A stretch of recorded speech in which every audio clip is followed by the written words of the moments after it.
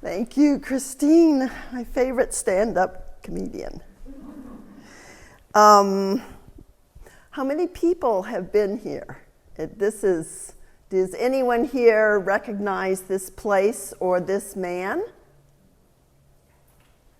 Tell me. The man must be David Smith. Yes, and this is Bolton Landing, and this is in near Lake George in New York State, not too far from here. So I went to his studio and this place in 1969, shortly after he had died in a car accident. And at that time, it wasn't a site for visitors. I don't know if it's open to visitors today. I don't think it is, actually, but his assistant was there, and he showed us around, and David had his sculptures marching up the hill, and he had built a little house for himself out of cinder block, and he also had a kind of a large drawing studio he built from a cinder block, and at the bottom of the hill, his welding studio, which was piled with all kinds of, pieces of metal and so on, where he made his sculpture. And I find it extremely inspiring and interesting to go to the studios of artists, if you can go. I've never been out to Pollock's place in Amagansett, but I really want to do that, because I think you learn a lot about what inspired them if you go to the place where they made the art. And he's surrounded by nature and these hills and space. And I felt like his sculptures very organically were produced by the place where he made the art. And when I worked with Christine, I have a studio where I can open the door and use hoses and stuff on my big paintings, and that I've been at that place since 2006, and that really changed my work, because before then I was always constrained by neighbors knocking on my door. What's this dripping from the ceiling? And that kind of thing. And it was very constraining. I was always very uptight. And so since I've been in my place in Lansdale, Pennsylvania, I'm much freer, and my art has kind of taken off. So this is David Smith. He made these two-sided sculptures. And I realize things that have impressed me in my life come out in my work in a very almost unconscious kind of way. So I really like David Smith's painted sculptures. He said in his notebooks, I have a lot of nice gutty colors mixed up. And it's very inspiring to have a bunch of good colors mixed before you start your work. So actually, this photograph was taken by Christine Mills. And she one of her jobs as my studio assistant was to take photographs, because I don't take photographs. So we went to the University of Pennsylvania Archaeology Museum, and I'm very interested in forms when they're worn away, how the image changes. And I feel it's very related to painting, where the materiality in the image is kind of equal and presses up against each other. And so there is no distinction really between abstraction and representation. So these are I love these photographs. I think that Christine, among her many talents, is really a great photographer. These are little sculptures actually from a Vietnam temple, from Java, from, 11th century. And they're in this fountain in Philadelphia, and the fountain itself is derelict. It's from the 70s. And how they got stuck there, I really don't know. But I kind of discovered them and find them very moving. And they're from a temple that was dedicated to reincarnation. So maybe they speak to me on some level. I really don't know. But they're not nature. They're not boulders. And they're also not completely man-made now that they've been in the elements for so many hundreds of years. They become something else. And that really interests me. All the stuff that's something else, that can't be named, described, falls outside of anything useful. My favorite thing about painting is it's not really useful. And this is a place that near where I live that I've also found inspiring. This is Henry Mercer's Mercer Museum. And this is a handmade concrete building. He made 3 handmade concrete buildings between 1911 and 1916. And in this particular one, he built it to display elements from the 19th century, all kinds of craft elements, manufacturing elements, huge cider presses. They drank a lot of cider in the 19th century. That's what I found out. And stoves. He was very interested in stove plates. The original ones mostly imported from Germany.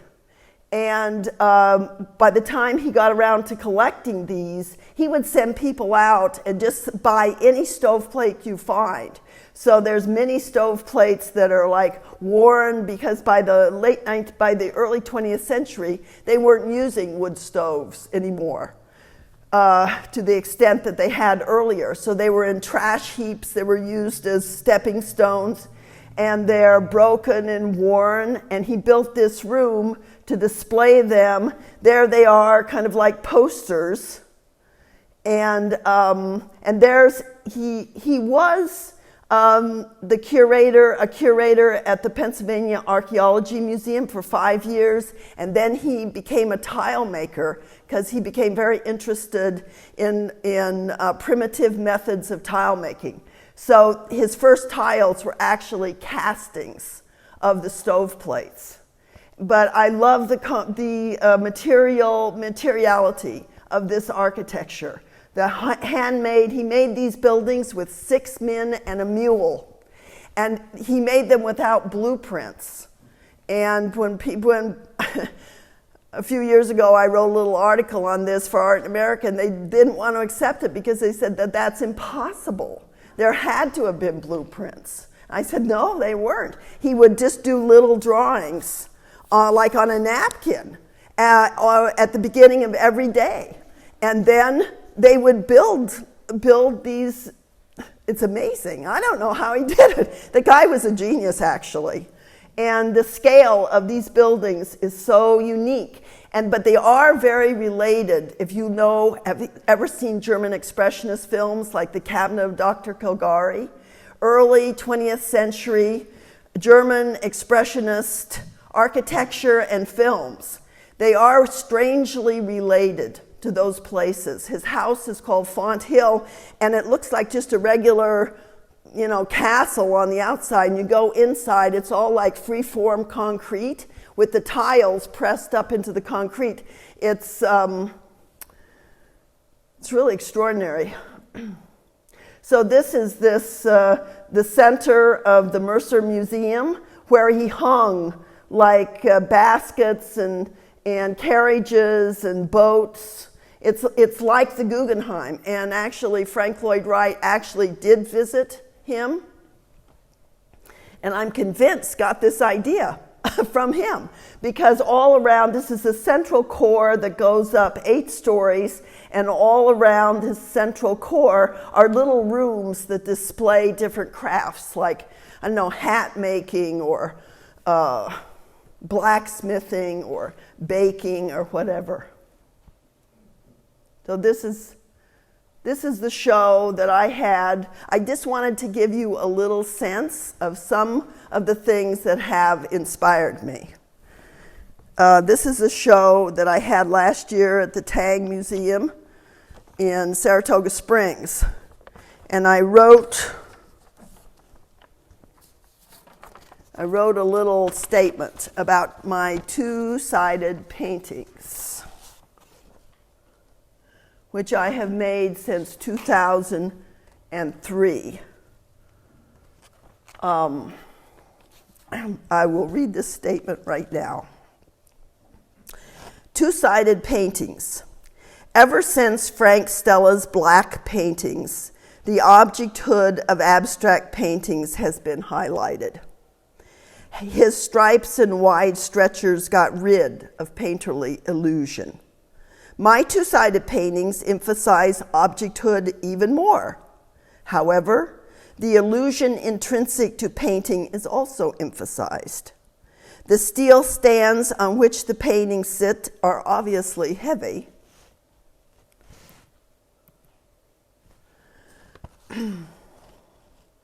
More objects than the painting can ever be.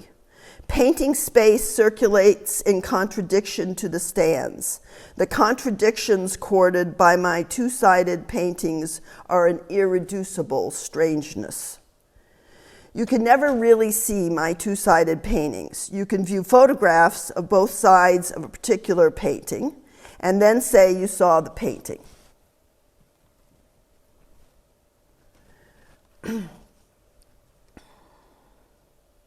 But in the actual space of the exhibition, you can never completely see it. You leave the exhibition with an impression of the paintings. An impression is different than seeing. It's hard to pin down and not in the same category relative to sight as an image that can be remembered. Impression is a word that is more related to mood and the space around your body. My two-sided paintings cannot be photographed as you would experience them in an exhibition walking around them. One usually stands closer to the paintings than you would to a painting on the wall, and you often look at them on an angle. My big two-sided paintings are seen in areas. If I said to an art photographer, please take a photograph of the lower area of this painting, it would be heard as an imprecise request. The all-over fixed image tendencies that have governed the development of 20th century abstract painting are inseparable from the role of photography relative to painting. A photograph totalizes the look of a painting, like a paragraph description. People don't look at the backs of my paintings in the same way that they look at the fronts. They look at the backs close up and often take a few steps back when looking at the fronts. When my two-sided paintings appear in group shows with a catalog or a brochure, the front of the painting is usually pictured rather than the back. Standalone Paintings is the first exhibition that has prominently featured the backs of my two-sided paintings.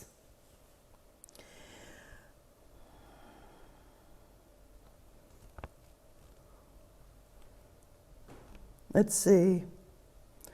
My recent boxes, which are not part of the Tang Museum exhibition, have partial images of figures that are an extension of the idea of looking at paintings in areas rather than all over images.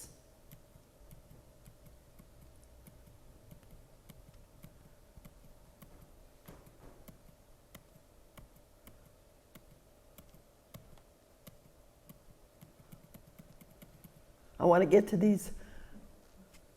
This is a front. This is a back.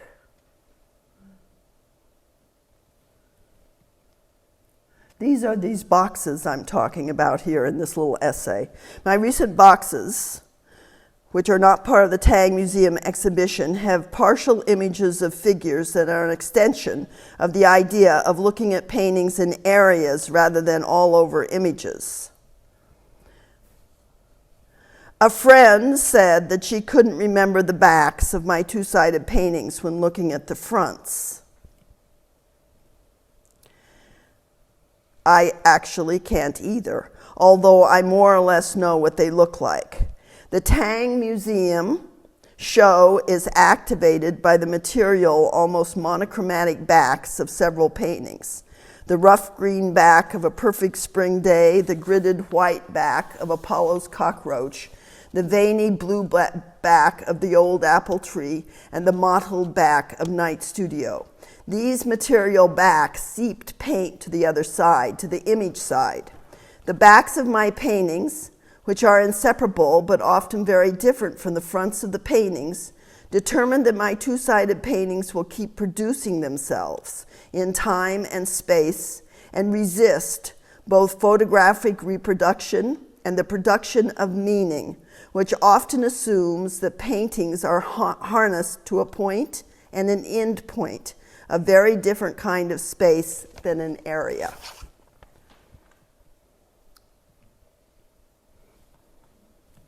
So these recent works were actually made from people sitting for me for portraits.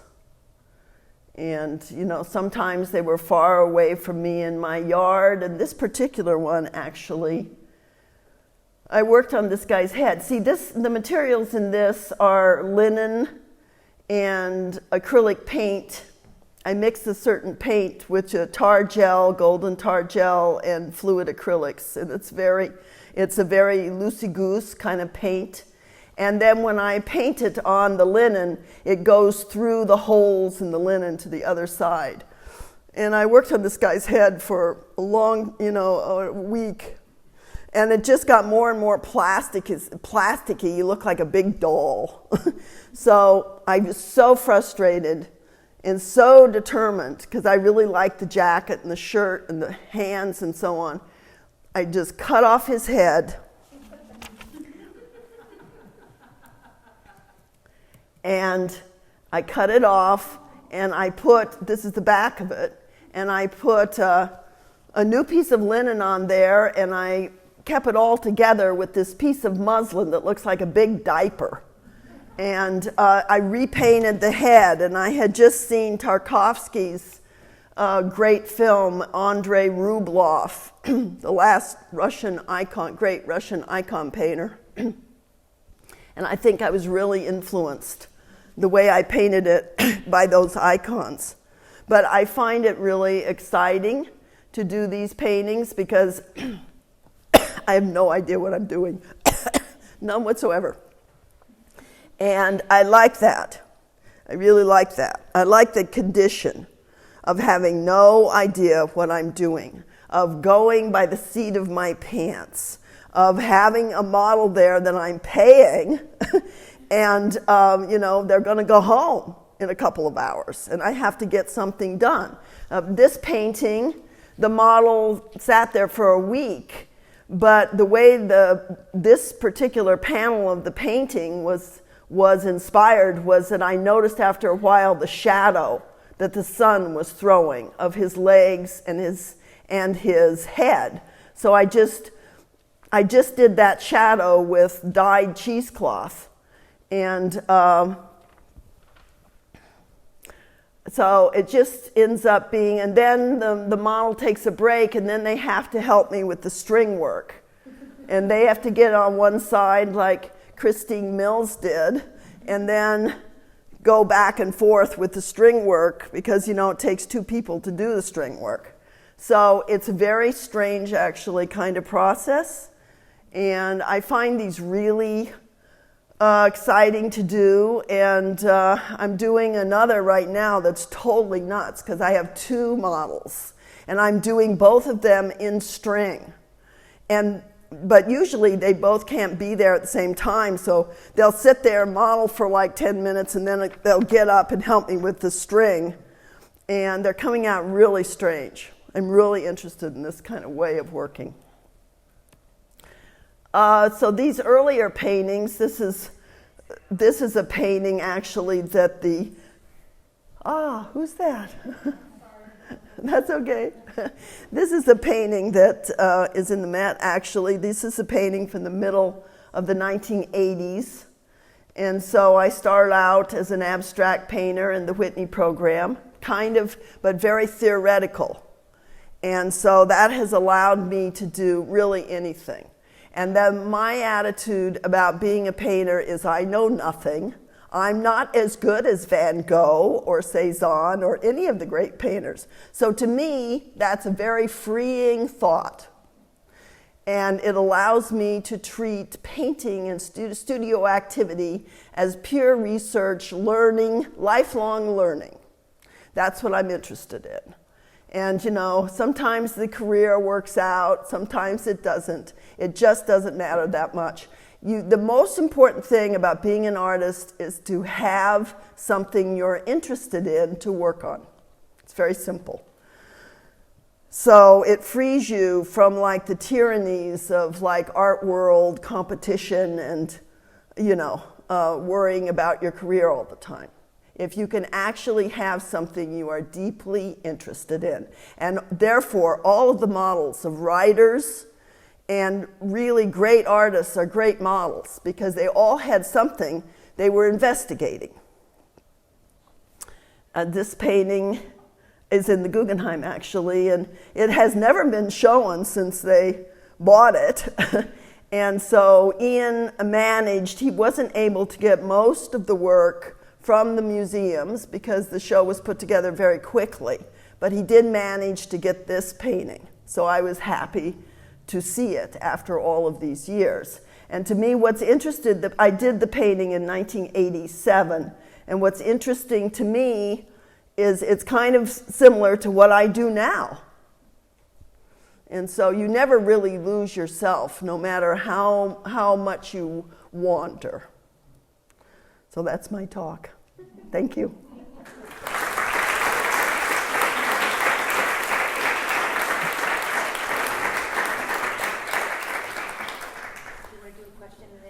Any questions?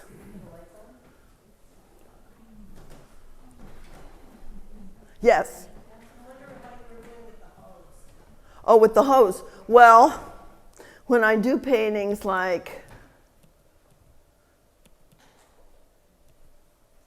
you know, like that, I lay them down and I have fluid acrylics.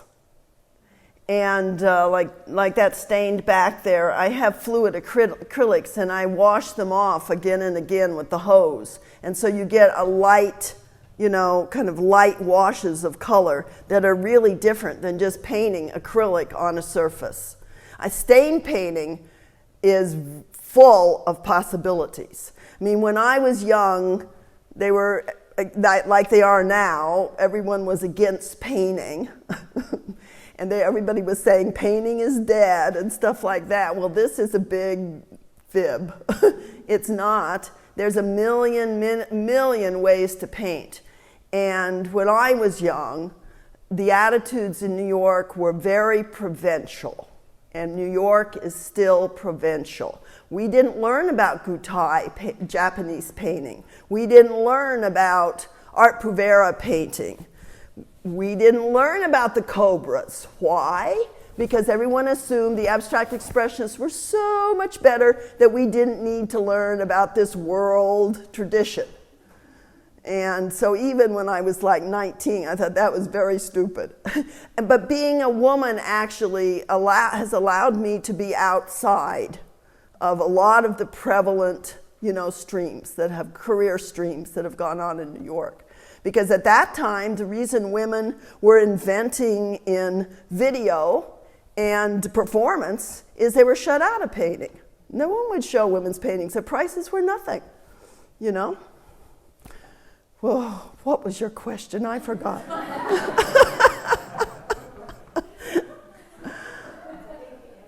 Okay. Oh, it was about the hose. Oh, the hose. Yeah, it's really fun, believe me. I recently, somebody came over to film me painting, and I kept that hose going a lot longer than I needed to. Any other questions? Okay, well, thank you very much.